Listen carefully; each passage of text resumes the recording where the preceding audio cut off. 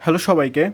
আজকে আমি honours third ইয়ারের মেকানিক্স এই বইটার তোমাদের হচ্ছে চ্যাপ্টার 7 স্থির অক্ষের সাপেক্ষে গতি এখানকার হচ্ছে আহ, উদাহরণ 1 নিয়ে আলোচনা করব।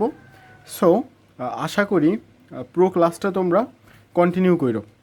এখানে কি বলছে যে এইচ উচ্চতা এবং 2 আলফা শীর্ষ কোণ বিশিষ্ট একটি কঠিন সমসত্ব কোণকে এর শীর্ষ কোণের মধ্য দিয়ে যাওয়ার একটা আনুভূমিক অক্ষের চারিদিকে ঘোরালে দেখাও যে এর সমতুল্য সরল দোলকের দৈর্ঘ্য হবে হচ্ছে h/5 আর 4 + tan² আলফা। আচ্ছা, তাহলে এখানে বলেছিল এইচ উচ্চতা, 2 আলফা শীর্ষ, 2 আলফা শীর্ষ তার মানে শীর্ষ বলতে আমরা কি জানি উপর। এখানে 2 আলফা তার মানে এখানে আলফা এখানে আলফা, এই দুইটা আলফা আলফা দিলে 2 আলফা হচ্ছে না? তো লক্ষ্য করো তো এখানে এই যে আলফা আলফা 2 আলফা এটাকে ভাগ করে দিয়েছি, ক্লিয়ার। তারপরে বলেছে এইচ উচ্চতা, তাহলে এই যে এটার উচ্চতা কত, এই যে এইটুক, এটা হচ্ছে এইচ উচ্চতা। আর কোণের মধ্যে যাওয়ার সময় একটা আনুভূমিক অক্ষের চারদিকে ঘোরালে এই সমতুল্য সরল দোলকের দৈর্ঘ্য বের করতে হবে। তাহলে এখন দেখো এটা চারদিকে যদি ঘোরানো হয় আর কি, জাস্ট এখানে একটা প্লেট যাতে উৎপন্ন হয়েছে, তাহলে এখানে সুন্দর করে তোমরা চিত্রটা আঁকাই নিবা। এটা কিন্তু জাস্ট দেখো তো আর না, বৃত্তের ব্যাসার্ধ আর। এখন দেখো তো মনে করি কোনকের ভর হচ্ছে এম, বৃত্তের ব্যাসার্ধ হচ্ছে আর আর ঘনত্ব হচ্ছে রো। তাহলে আমরা কি জানি m=1/3 πr² এখন এখানকার আর আমরা যদি জাস্ট ট্যান আলফা দেখি, ট্যান আলফা, ট্যান কার কার সাথে সম্পর্ক আমরা জানি, মানে জাস্ট উপরে যেটা থাকে, মানে আমরা ত্রিভুজের ক্ষেত্রে এরকম দেখি না, তাহলে এটা ভাগ এটা ট্যান, তাহলে এটা হচ্ছে কি লম্ব বাই ভূমি, তাহলে এখানে লম্ব কি আর, আর আর ভূমি কী ছিল এইচ মানে উচ্চতা। তাহলে এখান থেকে আমি যদি আর এর মানটা বের করি, দেখো তো ট্যান আলফা এইচ এরকম হয় না আর এর মানটা, তাহলে এখানে কী করবো, যে আর এর জায়গায় ওই মানটা বসাই দিয়েছি, আর এর মানটা। আর এখানে যে এইচ রো ছিল সেটা এখানে রেখে দিলাম, তাহলে এখানে 1/3 এইচ এখানকার স্কোয়ার আর এইচ কিউব রো, আর এখানে ট্যান² আলফা, ক্লিয়ার। এখন তারপরে বলেছে কি যে অক্ষের উপর শীর্ষবিন্দুতে লম্ব রেখা এ কিউবের সাপেক্ষে জ্যাডা ভ্রামক নির্ণয় করার জন্য শীর্ষে হতে এক্স দূরত্বে ডেল এক্স পুরুত্বের ভূমির সমান্তরাল একটা বৃত্তাকার পাত বিবেচনা করি, যার দৈর্ঘ্য হচ্ছে LM = x tan আলফা,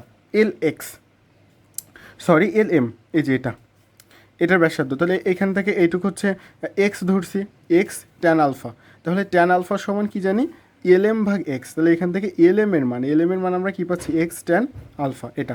এখন দেখো ডিক্সের ভর হচ্ছে কি πx tan আলফা, মানে ওই যে LM এর স্কোয়ার আর হচ্ছে ডেল এক্স রো। এখন দেখো এখানকার এই যে πx² রো tan² আলফা আর হচ্ছে কি ডেল এক্স। এখন এখান থেকে আমার এই যে মানটা পেয়েছিলাম এম এর মান এরকম বানাইবো, বুঝতে পারছো? তাহলে 1/3 এখানে যে মানটা আছে তোমরা কী করবো, জাস্ট ওই মানটা দেখে দেখে এখানে তুলে নিবা। তাহলে 1/3 πh³ রো tan² আলফা, তাহলে দেখো তো এই মানটা তো আমি তুলছি তাই না, তোলার পরে কি থাকে, এই যে 3টা তুলতে হবে কারণ এই লাইনে আমাকে ফেরত যাইতে হবে তাই না। তাহলে এই 3টা তোলার জন্য উপরে কি নিয়েছি 3 নিয়েছি। আর দেখো তো h³ এখানে কি কোথাও এইচ ছিল, এইচ কিন্তু ছিল না, তাহলে h³ নিয়েছি। তাহলে এই 3 আর এই 3 কেটে দিলে এই h³ কেটে দিলে দেখো তো কী হচ্ছে যে πx² rho tan² alpha del x. দেখো তো ঠিক আছে না? এখন কথা হলো আমরা এটা কেন নিলাম, এটা নিয়েছি এই এম এর যে মানটা আছে মানে ওই জায়গায় আমি কি লিখতে পারবো, এম লিখতে পারবো, ক্লিয়ার। তাহলে এখানে 3/h³ x² ডেল এক্স। এখন এমটা কি উপরে গুণ হয়ে যায়, তাহলে 3m/h³ x² ডেল এক্স। এ পর্যন্ত তো ক্লিয়ার নাকি? এখন তারপরে বলেছে যে বৃত্তাকার ডিস্কের ব্যাস M'(L), বৃত্তাকার ডিস্কের ব্যাস M'(L). এখন জ্যাডার সাপেক্ষে এর ভ্রামক কী হবে, ওই যে 3m/h³, মানে সূত্র হচ্ছে এটা ভর গুণ ব্যাসার্ধ ভাগ 2 বা ব্যাসার্ধ/2 এর স্কোয়ার। তাহলে এখান থেকে দেখো তো আমরা একটা মান পেয়েছিলাম না ডিস্কের ভর, এই যে ডিস্কের ভর পেয়েছিলাম না, তাহলে এই ডিস্কের ভরটা যদি আমরা এখানে বসাই দিই, এটা গুণ ব্যাসার্ধ কী ছিল আর, মানে এক্স ট্যান আলফা/2 এর কী হচ্ছে হোল স্কোয়ার। তাহলে এখানে 3m/2 এর স্কোয়ার করলে 4, তাই না, 4 এখানে চলে আসলো, তাহলে 4h³ আর এখানে এখানে x² আর এখানে x², 4 আর এখানে tan² আলফা আর একটা কি হচ্ছে ডেল এক্স, ক্লিয়ার। এখন দেখো এ কিউবের সাপেক্ষে জ্যাডা ভ্রামক সমান এ কিউবের সমান্তরাল এমএল রেখার সাপেক্ষে জ্যাডা ভ্রামক প্লাস এ কিউবের সাপেক্ষে ভরকেন্দ্রে অবস্থিত জ্যাডা ভ্রামক, তাই না? তো এর জ্যাডা ভ্রামক হচ্ছে পুরোটা, মানে এই মানটা, আর হচ্ছে এ কিউবের সাপেক্ষে, তাহলে এটা কি পেয়েছিলাম 3m/h³ x² ডেল এক্স। এটা এই যে এর ভরটা পেয়েছিলাম। তোমরা কি করবা, এই যে ভরটা পেয়েছো মানে ডিক্সের ভর আর বৃত্তাকার ডিক্সের ব্যাস, এই দুইটা যোগ করতে হবে, কেমন? তো এই দুইটা যদি আমরা যোগ করি, দেখো তো এর ভিতর থেকে কমন যাচ্ছে কি যে 3m/4h³, তাহলে এখানে কি থেকে যাচ্ছে tan² আলফা প্লাস 4 আর হচ্ছে x⁴ ডেল এক্স। ক্লিয়ার? বুঝতে কি পারছো কি করছি? আচ্ছা, এখন এই যে 4টা আসলো, এটা কোথা থেকে আসলো বলো তো? এখানে কি আমি তো 3/4 কমন নিয়েছিলাম, এখানে কি কোথাও 4 আছে? এখানে তো শুধুমাত্র 3m/h³ আছে, তাহলে এই 4টা এর নিচে ভাগ হয়ে যায় কমন না গেলে, তাহলে ওটা উপরে চলে গেল, তাহলে উপরে এখানে 4 থাকলো। ক্লিয়ার?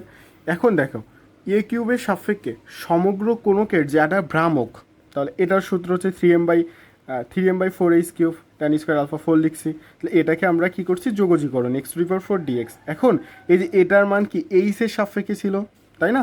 তাহলে এটা এই এইচটা কি হচ্ছে, এই যে এইচ এবং 0 সাপেক্ষে করছি যোগজীকরণ, তাহলে এখানে h⁵ আর নিচে 5 হয়, কারণ আমরা কি জানি x⁵ এর করলে কি হচ্ছে x⁶/6, তাহলে এখানে 4 ছিল 5/5 হয়েছে, তাহলে এটা যা আছে রেখে দাও, আর এটা গুণ করেছি 20, এখানে tan² আলফা প্লাস 4, h³ আর এইচ কেটে দিলে h² থাকে, সেটা কিন্তু ওখানে আছে।